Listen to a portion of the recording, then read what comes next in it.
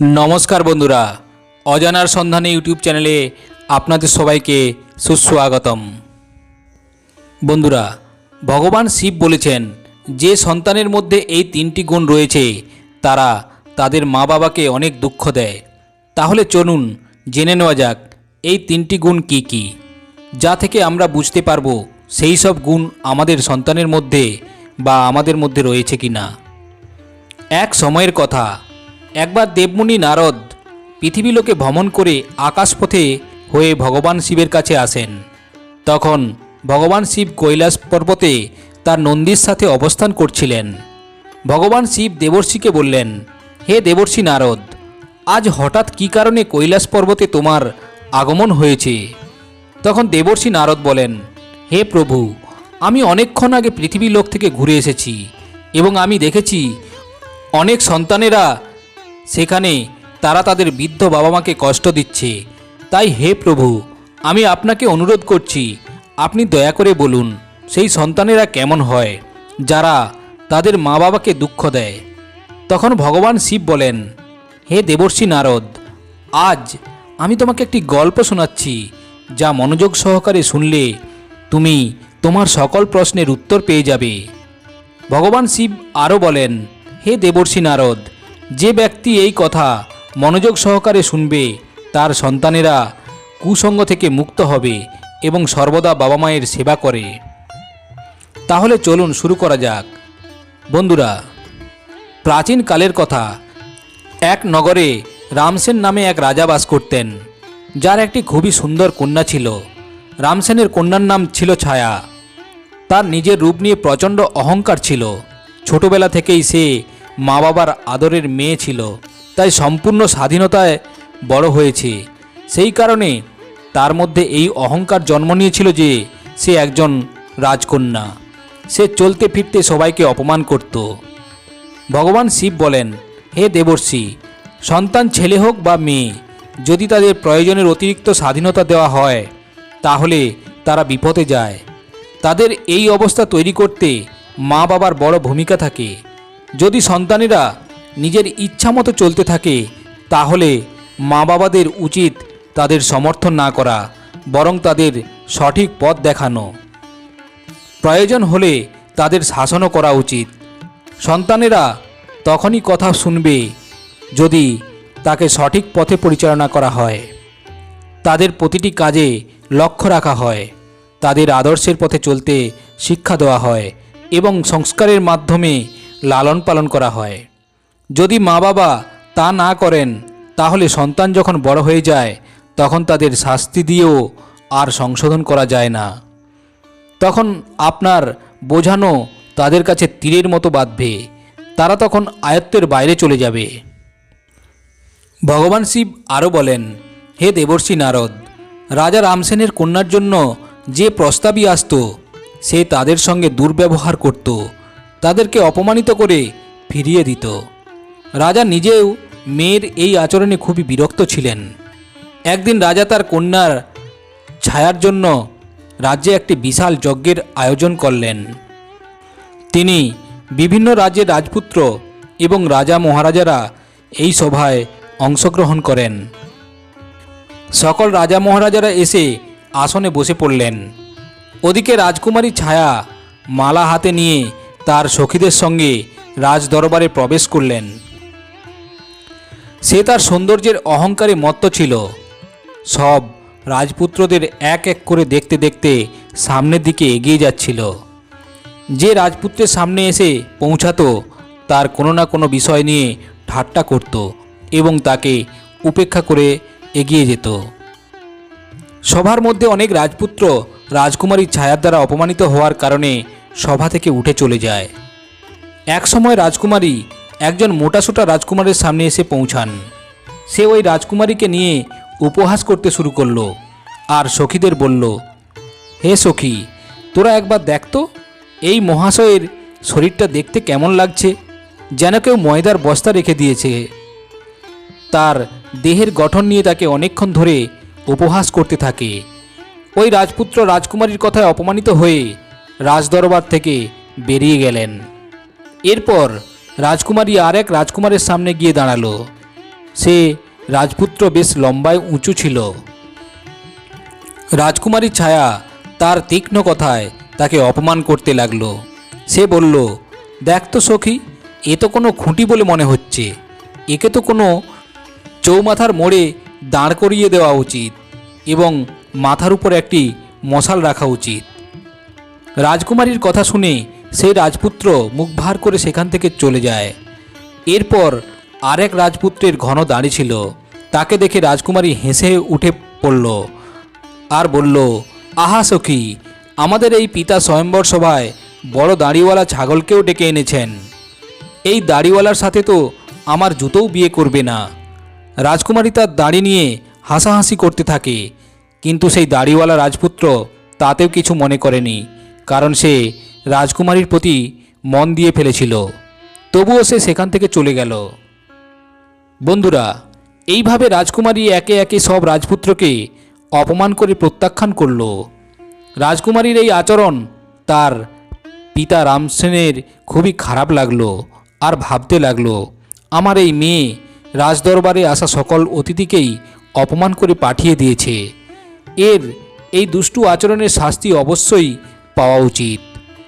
রাজা রামসেন ক্রোধিত হয়ে ভরা দরবারে ঘোষণা করলেন, বন্ধুগণ, আমার মেয়ের এই আচরণের জন্য আমি আপনাদের সবার কাছে ক্ষমা প্রার্থনা করছি, কিন্তু আমি সকলের মাঝে এই ঘোষণা করছি যে আমার এই কন্যার বিয়ে আর কোনো রাজপুত্রের সাথে নয়, বরং এক ভিক্ষুকের সাথে দেব, যে প্রতিদিন ভিক্ষা করে নিজের পেট চালায় আর তার সাথে এও ভিক্ষা করে খাবে যে তখনই তার কৃতকর্মের জন্য অনুতপ্ত হবে।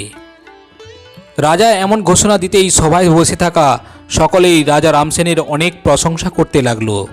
সবাই বলল, রাজা সাহেব, এমন এক রাজকন্যার জন্য এরকমই শাস্তি হওয়া উচিত। এই কথা বলে সব রাজপুত্র এবং রাজা মহারাজারা রাজদরবার ছেড়ে চলে গেলেন। ঠিক তখনই এক ভিক্ষুক ভজন গাইতে গাইতে রাজদরবারের পাশ দিয়ে যাচ্ছিলেন। তার গলার সুর শুনে রাজা এক চাকরকে পাঠিয়ে তাকে দরবারে ডেকে আনলেন। সেই ভিক্ষুকের অবস্থা ছিল খুবই করুণ। ময়লা ও ছেঁড়া কাপড় হাতে একটি লাঠি ছিল আর লম্বা এক দাড়ি। ভিক্ষুক রাজার সম্মুখে এসে দাঁড়ালো এবং তার সুমিষ্ট কণ্ঠে কিছু গান গাইতে লাগলো।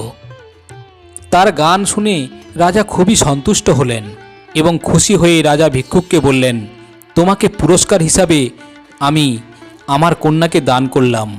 আজ থেকে আমার এই কন্যা তোমার স্ত্রী, তুমি একে সঙ্গে করে নিয়ে চলে যাও আর নিজের মতো করে যেমনই রুক্ষ সূক্ষ্ম খাবার পাও নিজে খেও আর তাকেও খাওয়াও। বন্ধুরা, তার পিতা রামসেনের এমন কঠোর সিদ্ধান্ত দেখে ছায়া খুবই দুঃখিত হলেন। সে ভাবল, আমার পিতা এ কী করলেন। প্রথমে সে ভিক্ষুকের সাথে যেতে একদমই রাজি ছিল না, কিন্তু রাজার আদেশ ছিল বড়ই কঠিন, তাই বাধ্য হয়ে তাকে ভিক্ষুকের সাথে যেতে হলো। রাজা বললেন, কন্যা, তুমি রাজপরিবারের যাবার অধিকার পুরোপুরি হারিয়ে ফেলেছ। এখন থেকে এই ভিখারি তোমার স্বামী, তোমাকে তার সাথেই জীবন কাটাতে হবে। তুমি যদি তাকে ঠকাও অথবা তার সাথে সম্পর্ক ছিন্ন করো, তাহলে তোমার মৃত্যুদণ্ডও হতে পারে। রাজা তার কন্যার বিয়ে সেই ভিখারির সাথে ঠিক করার পর তাকে নিজের বাড়ি থেকে বিদায় দিলেন। আর ছায়া কাঁদতে কাঁদতে বুক চাপড়াতে চাপড়াতে ভিখারির সাথে চলতে লাগল। ভিখারি খুশি খুশি তাকে নিয়ে একটি জঙ্গলে চলে গেল। সেখানে তার একটি খুবই সুন্দর কুটিয়া ছিল। কুটিরের পাশে ভিখারি একটি আম গাছ লাগিয়েছিল। সেই আম গাছে প্রচুর আম ফলেছে। তখন রাজকুমারী আর একটু এগিয়ে গিয়ে দেখে একটি সুন্দর ক্ষেত। রাজকুমারী জিজ্ঞাসা করল, এটি কিসের ক্ষেত? ভিখারি উত্তর দিল, রাজকুমারী, আমি শুনেছি যে এই ক্ষেতটি সেই দাড়িওয়ালা রাজপুত্রের, যাকে তুমি স্বয়ম্বরের মাঝে ছাগল বলে অপমান করেছিলে। কিন্তু দুঃখের বিষয় যে আমিও ঠিক সেই দাড়িওয়ালার মতো দাড়িওয়ালাই হলাম। তুমি যদি সেই দাড়িওয়ালাকে বিয়ে করতে, তাহলে আজকে তুমি এই ক্ষেতের মালকিনও হতে পারতে। কিন্তু এখন আর পেছনে তাকিয়ে কোনো লাভ নেই। তোমাকে এখন আমার মতো ভিখারির সাথেই জীবন কাটাতে হবে। এর কিছুক্ষণ পর রাজকুমারী একটি ফুল ও ফলে ভরা সুন্দর একটি বাগান দেখতে পেল। ছায়া বলল, চলো কিছু সময় বাগানে বসে বিশ্রাম নেই, তারপর এগিয়ে যাব। আচ্ছা, এই বাগানটি কার? ভিখারি উত্তর দিল, রাজকুমারী, এই বাগানটিও সেই দাড়িওয়ালা রাজপুত্রের, যাকে তুমি স্বয়ম্বরের মাঝে অপমান করেছিলে। তাই কিছুমাত্র দেরি না করে এখান থেকে পালিয়ে চলো, তা না হলে সেই দাড়িওয়ালা রাজপুত্র যদি আমাদেরকে দেখে ফেলে তাহলে আমাদেরকে অপমান করবে এবং এখান থেকে তাড়িয়ে দেবে। তুমি একবার ভাবো, তুমি যদি তাকে বিয়ে করতে তাহলে এই বাগানও তোমারই হতো, আর তোমাকে ভিখারির সাথে এইভাবে আসতে হতো না। কিন্তু তোমার অহংকারই তোমাকে এখানে নিয়ে এসেছে। এইভাবে তারা কথা বলতে বলতে এগিয়ে চলছিল। এবার ভগবান শিব বলেন, হে দেবমুনি নারদ, এইভাবে মানুষ নিজের অহংকারের কারণে নিজেকে ধ্বংস করে ফেলে। রাজকুমারী ছায়ার মতো যারা অহংকারে মত্ত হয়ে অপরকে অপমান করে, তারা শেষমেশ নিজেই অনুশোচনা করে। বন্ধুরা, তারা দুজনেই কিছু দূর এগিয়ে যেতে থাকলো। কিছু দূর যাওয়ার পর তারা এক খুবই সুন্দর নগরে পৌঁছালো। মনে হচ্ছিল সেই নগরীটি কোনো এক রাজ্যের রাজধানী। ছায়া জিজ্ঞাসা করল, এটা কোন রাজ্যের নগরী? ভিখারি উত্তর দিল, হে প্রিয়া, আমার চোখে তো এই নগরীটি কোনো এক রাজার, তবে আমার মতে এটা সেই দাড়িওয়ালা রাজপুত্রের নগর, যাকে তুমি ছাগল বলে অপমান করেছিলে। ভাবো, তুমি যদি তাকে বিয়ে করে নিতে তাহলে আজ তুমি এই নগরের রানী হতে, হাজারো দাসদাসী তোমার সেবা করত। কিন্তু তুমি তোমার রূপের অহংকারে নিজের ভাগ্য নিজেই নষ্ট করে ফেলেছ। এই ভিখারিকে বিয়ে করে নিজের জীবন নষ্ট করেছ। তবে এখন আর কিছু করার নেই, যা হওয়ার ছিল তাই হয়ে গেছে। ভিখারির কথা শুনে রাজকুমারীর অনুশোচনা হতে লাগলো। সে বলতে শুরু করলো, ইস, আমি যদি তাকে বিয়ে করতাম। ভিখারির ছায়ার মুখ থেকে এইসব কথা শোনার পর রাগান্বিত হয়ে বলল, রাজকুমারী সাবধান, তুমি ভুলে যেও না, এখন তুমি শুধু আমার স্ত্রী আর আমি তোমার স্বামী। এখন প্রাসাদের স্বপ্ন ত্যাগ করে তোমাকে আমার সঙ্গে এই কুটিরেই থাকতে হবে। এই কথা বলে ভিখারি রাজকুমারীকে তার কুটিরের সামনে নিয়ে গেল, যা সেই নগর থেকে কিছুটা দূরে একটি পুকুরের ধারে ছিল। কুটির দেখে ছায়ার খুব রাগ হলো। সে বলতে লাগলো, এটা তো কত একটা বাজে কুটির, আমি এর মধ্যে কিভাবে থাকব? এখানে থেকে আমার দম বন্ধ হয়ে আসবে। আমি তো বড় বড় রাজপ্রাসাদে থাকার মানুষ, এত ছোট কুটিরে কিভাবে আমি থাকব? ভিখারি বলল, রাজকুমারী, আজ থেকে এই কুটিরই তোমার নতুন বাড়ি এবং এখানেই তোমাকে থাকতে হবে। ছায়া জিজ্ঞাসা করল, তোমার এখানে কোনো চাকর বাকর নেই? এই কুটিরের পরিষ্কার পরিচ্ছন্নতা কে করবে? ভিখারি উত্তর দিল, হে রাজকুমারী, তুমি কি বলছো? আমি কোনো রাজা নই, না বড় কোনো রাজকর্মচারী যে আমার চাকর বাকর থাকবে। আমি তো নিজে একজন ভিখারি, চাকরের চেয়েও অনেক নিম্ন স্তরের জীবন আমার। কুটিরের সব কাজ আমাদেরকেই করতে হবে। এখন তুমি প্রথমে কুটির পরিষ্কার করো, তারপর আমার জন্য খাবার তৈরি করো। আমি খুব ক্ষুধার্ত, পথ চলতে চলতে ক্লান্ত হয়ে গেছি। এতটা বলার পর ভগবান শিব দেবমুনি নারদকে বললেন, ছায়া তো রান্না করতেই জানতো না, তাই ভিখারি আর রাজকুমারী মিলে কোনো রকমে উল্টোপাল্টা খাবার তৈরি করে খেলো, আর তারপর তারা ঘুমিয়ে পড়ল। পরের দিন ভিখারি রাজকুমারীকে জাগিয়ে বলল, এখন ঘরের সব কাজ করতে হবে। সারাদিন ছায়া কাজ করতে লাগলো এবং ভিখারির বকাঝকা খেল। এভাবে আরও কিছুদিন কেটে গেল। ঘরের যা কিছু খাবার ছিল তাও ফুরিয়ে গেল। ভিখারি বলল, প্রিয়, এখন তো আর কিছুই অবশিষ্ট নেই। যা কিছু ভিক্ষা করে জমিয়েছিলাম সবই শেষ হয়ে গেছে। আমাদের জীবিকা চালানোর জন্য এখন থেকে কিছু কাজ করতে হবে। একটা কাজ করো, আমি তোমাকে এই আম গাছ থেকে ঝুড়িতে করে আম পেড়ে দিচ্ছি, তুমি সেই আমগুলো বাজারে নিয়ে গিয়ে বিক্রি করে এসো। ছায়া বলল, আমি আম বিক্রি করতে বাজারে যাব? যদি আমাকে কেউ আম বিক্রি করতে দেখে ফেলে তাহলে সবাই তো আমার খুব হাসি উড়াবে, খুব লজ্জা পেয়ে যাব আমি। ভিখারি বলল, লজ্জার কি আছে? এখন তুমি আর কোনো রানী নয়, তুমি একজন ভিখারির স্ত্রী। যদি সেই দাড়িওয়ালার স্ত্রী হতে এবং সে তোমাকে আম বিক্রি করতে বলতো তাহলে তুমি কি লজ্জা পেতে? এখন যদি লজ্জা করো তবে না খেয়ে মরো। এরপর রাজকুমারী বাধ্য হয়ে বাজারে আম বিক্রি করতে গেল। রাস্তার ধারে বসে সে আম বিক্রি করতে শুরু করলো। ধীরে ধীরে তার সব আম বিক্রি হতে থাকলো। একদিনের কথা, রাজকুমারী যখন রাস্তার ধারে বসে আম বিক্রি করছিল তখন এক রাজার মন্ত্রী এসে তার সব আম লাথি মেরে সব এদিক ওদিক ছড়িয়ে দিল আর বলল, সাবধান, রাস্তায় আম বিক্রি করার সাহস করো না আর। এই শুনে রাজকুমারীর খুব কষ্ট হলো। সে কুটিরে এসে সমস্ত ঘটনা ভিখারিকে বলল যে আজ এক রাজার সৈনিক তার সব আম লাথি মেরে ফেলে দিয়েছে। ভিখারি শুনে বলল, তুমি একেবারে পাগল হয়ে গেছো। তুমি যদি রাস্তার মাঝখানে দোকান বসাও তবে সৈনিক তো অবশ্যই আম ফেলে দেবে। তোমার কারণে পথচারীদের চলাচলে অসুবিধা হচ্ছিল। একটি কাজও তুমি ঠিকঠাকভাবে করতে পারো না। তোমাকে যে কাজেই লাগাই সেটাই ঠিকভাবে করতে পারো না তুমি।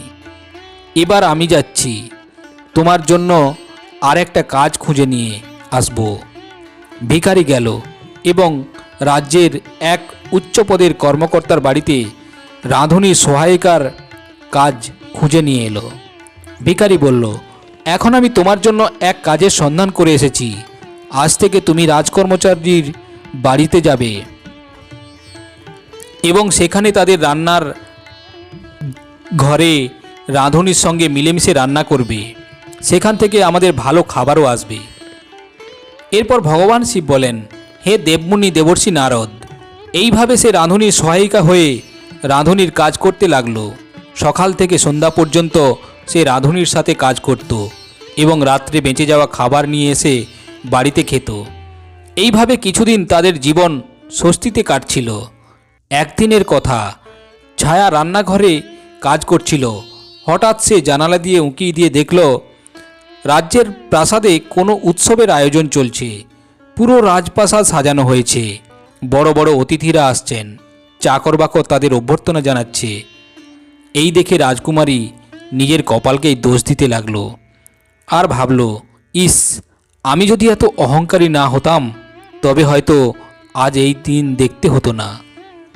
সেখানে দাঁড়িয়ে দাঁড়িয়ে এই সব কথা ভাবছিল। ঠিক তখনই দুজন দাসী এসে তার ঝুড়িতে কিছু খাবার রাখলো এবং চলে গেল।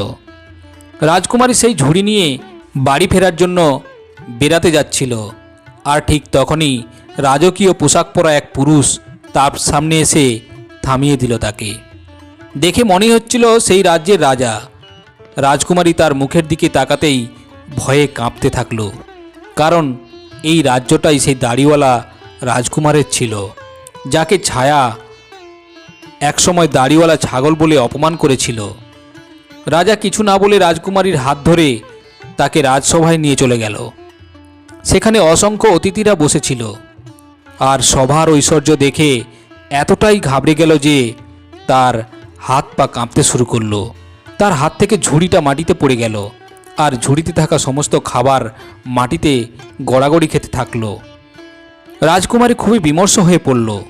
সভায় উপস্থিত অতিথিরা এই দৃশ্য দেখে জোরে জোরে হাসতে শুরু করলো, যা দেখে ছায়া অপমানিত বোধ করতে লাগলো।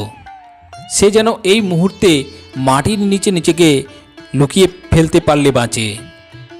সে নিজের হাত ছাড়িয়ে নিয়ে সেখান থেকে পালিয়ে যেতে চাইল, কিন্তু দাড়িওয়ালা রাজপুত্র তাকে থামিয়ে বলল, রাজকুমারী, দাঁড়াও, তোমার সাথে কোনো অভদ্র আচরণ করা হবে না, বরং আমি তোমাকে সম্মান জানাতে নিয়ে এসেছি এখানে। আমি তোমার সেই ভিখারি স্বামী যে তোমার সাথে কুটিরে থেকেছি।